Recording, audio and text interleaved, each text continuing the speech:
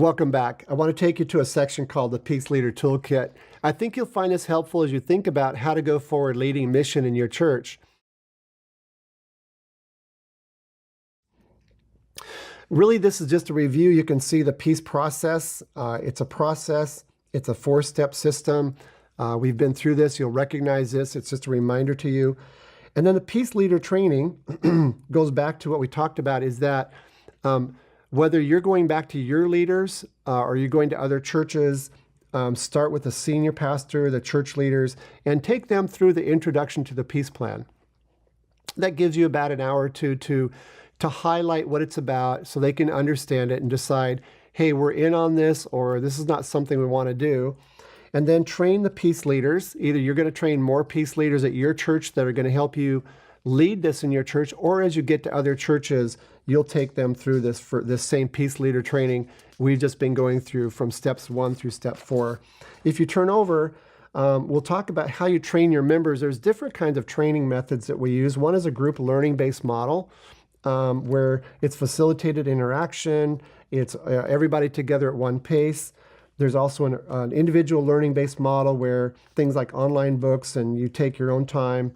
It's difficult to check comprehension. What we've tried to use is a multidimensional training model. It's got some individual-based learning, some team-based interaction, and a lot of storytelling. So as you get further into the training, you'll see that it tries to take the best of both and build it into the training model. For global trips, there's 3 major components. It's the trip leaders that get training, the trip members that get training, and then the skills that they're going to be doing and teaching when they go to the field. And so those are the 3 components. The trip leader training you see on the next page is kind of a basic trip leader training. It's about 8 hours long. We do 2 4-hour modules. You can see the different areas that we cover. It's preparing to go, developing your trip strategy, serving on the trip, and then continuing after the trip. Those are some of the big things. At the end, there's a leader covenant. We can give you all this material to help you. And then there's something called advanced leader modules. We found that some people come back from trips and say, oh, we wish we had more on spiritual preparation and spiritual conflict, developing trip funding, team building, cross-cultural communication, telling your story, first aid and CPR.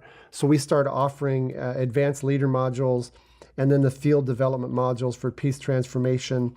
You'll see areas in there that we've done even more training for. So this is for the leaders, the training they get. If you turn over the page, you'll see some of the trip member training that we do.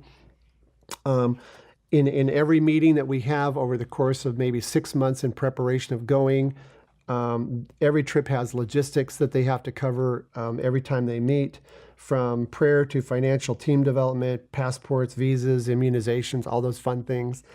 And then session 1 is included for each one is spiritual preparation. 2 is team dynamics. Session 3 is crossing cultures. Session 4 rather is field principles and strategy. And then session 5 is health, safety, and security. These are all things that they all learn together as a team before they go. We have them practice out locally on being a team together. And then they come to peace skills training on the specific things they're going to go and do in the field where they're going. And so those are all the trainings for getting together. So that's this first section that I think will be helpful for you. To have the tools you need to go back and train your leaders that are going global. Okay, so turn over to transitioning. And transitioning is about how to manage change. It's how to transition from what you're currently doing to effective local and global missions to what you want to do. And we've taken this section from Dan Sutherland's book called Transitioning. It's really preparing for and defining the new vision. That's first. Then sharing the new vision, which becomes critical. Implementing gradual changes and deal with opposition, and then finally evaluate results and make adjustments. So this part you want to begin to understand as you look at transitioning things from where you are now to where you want to be. There's also some transition principles that you want to get your arms around. The first one is choose growth over control. Oftentimes as a leader, and you start to get members not only doing but leading, is they want to get out and do things that you as a leader feel like, no, they can't do that. And you start to control things too much and the growth stops. So How do you begin to lead in a way where people can get out and get started and make their own mistakes, but within certain guidelines? And then second, what should not change? What are things that are in your church that should not change? Obviously, you want to make sure everything is biblical, so you're not going to change off of anything that's biblical, but also values that your church might have or places that your church might have, so you don't want to change those.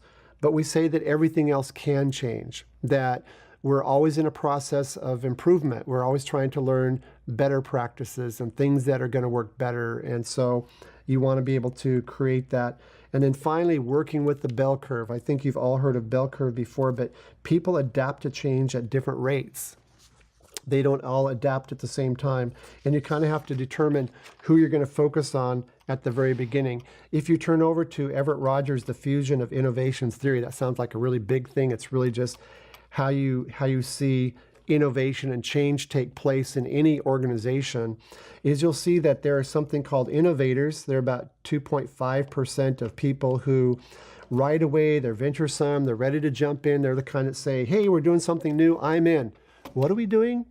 So that's a certain percent, somewhere around 2.5%. Then there's early adopters who are like, hey, just tell me about it. I'm willing to try. I'm willing to be a test pilot with you. That's about 13.5%. So together, that's about 16% of the people that are more likely to say in your pilot phase, let's do this. You don't have to have it all figured out. You don't have to have all the answers or all the trainings yet. We'll help you figure it out. And if things don't go as planned, that's okay. We want to learn with you and then help you communicate that to others. Then you have something called the early majority. That's about 34% that are more deliberate. They want to wait and watch and see, and when something starts working, they'll join it. And so that's a big block of people. Then you get a late majority, maybe another 34% that in the beginning, a little bit skeptical. I'm not sure this is really for me. I'll wait and see, make sure that things are worked out, and then I'll step in. And then you have something that they call in this model, laggards. Those are 16%. These are people who tend to say, we shouldn't be doing this. Why are we making changes? Things are great now. And so they're the ones that you probably don't start with.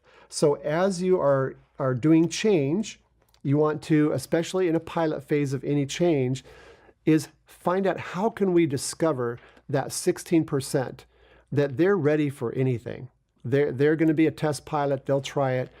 And don't worry about the rest. Just don't worry about it. You can go below the radar screen, do your testing, do your piloting, let leaders come from the 16%. They'll be the ones that start to reach into those early majority and saying, hey, why don't you come and see? Why don't you come with me? We figured some things out, and they'll start to get involved.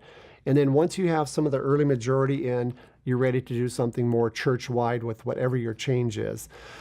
At the end of the day, you're not going to make everybody happy. There's going to be some who are never on board completely, some of them that are skeptical, some of them that are saying things that may not be very nice. But don't worry about that. You can still love them, extend grace to them, the way God's always given us grace when we've not been on board with His plan, and love on them, but you got to keep moving forward with those who are moving. Principle, move with the movers. Take the people that are all in, we're good to go, and get rolling and let God build it from there. We talked about the pilot phase and the all-church phase, and I want to show you this quick 10-step process to get through those. The pilot phase, step 1 is present the vision and build your leadership team. Step 2, provide a crawl step for involvement in a local activity. Step 3, activate your pilot teams from innovators and early adopters. Train your pilot teams and hit the road. Develop your local and global lay leadership base. So this is where you're getting your leaders from. And then prepare and spread the exciting news to the all-church members. That's what kicks you into the all-church phase. And that first step is present the vision to the entire church. That's usually the senior pastor who says, I'm going to bring it to the whole church. We're going to do a campaign. It might be 40 days long. We have weekend messages. We've got small groups talking about this. We're getting everybody saying, I can do something. And then activate all the church members. Ask for a commitment from everybody in the campaign to do something. Everybody can take a crawl step, and just try it once, and you can get everybody getting started on a crawl step. Then you train the all-church teams through just-in-time training. You know what? You don't have to have training and years of training before you do crawl steps. just in time. They show up 15 minutes before you're going to go and do something, and just give them an overview. Hey, here's what we're going to go and do. Here's who we're going to see. Here's the questions we're going to ask, and don't say this. And that's about the limit to the training that you'll do in just getting started with them. And then after they've gone out, let them come back and report back. So in a campaign, you can have places where people come back. They might say it in their small group. You might be capturing some stories and some testimonies on video. Some of them might give their testimonies on a weekend, but you want to start to capture the stories because those become the best mobilizers for the future. And then step 10, commit to focused efforts locally and globally and unleash your members as the Lord's lead. And that's that ongoing commitment that you make as a leader for leading peace in your church.